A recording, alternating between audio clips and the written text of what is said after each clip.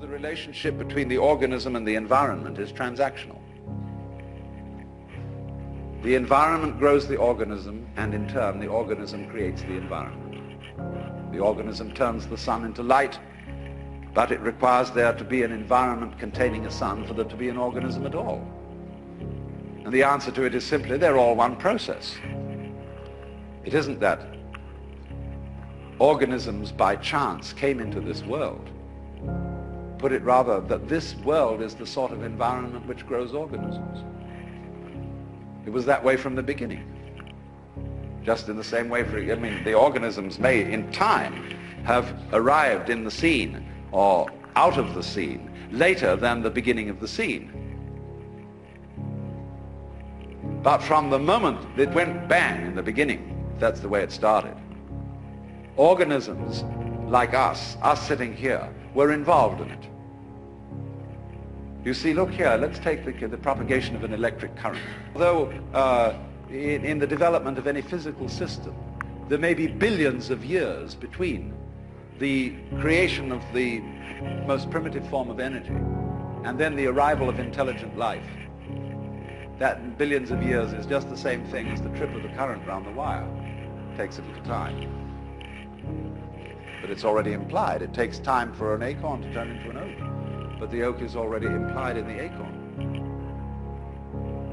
So in any lump of rock floating about in space, there is implicit human intelligence. Sometime, somehow, somewhere. They all go together. So don't differentiate yourself and stand off against this and say, I am a living organism in a world made of a lot of dead junk, rocks and stuff. It all goes together. Those rocks are just as much you as your fingernails. You need rocks. What are you going to stand on? Our common sense has been rigged, you see, so that we feel strangers and aliens in this world. And this is terribly plausible, simply because it's what we're used to. That's the only reason. But when you really start questioning this, say, is that the way I have to assume life is? I know everybody does, but does that make it true? It doesn't necessarily. It ain't necessarily so. And so then as you question this basic assumption that underlies our culture, you find you get a new kind of common sense. It becomes absolutely obvious to you that you are continuous with the universe. For example, people used to believe that the people who lived in the Antipodes would fall off. And that was scary.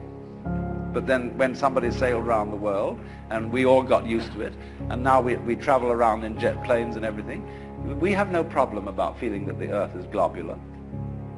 None whatever. We got used to it. Well, in a few years, it will be a matter of common sense to very many people that they're one with the universe. It'll be so simple.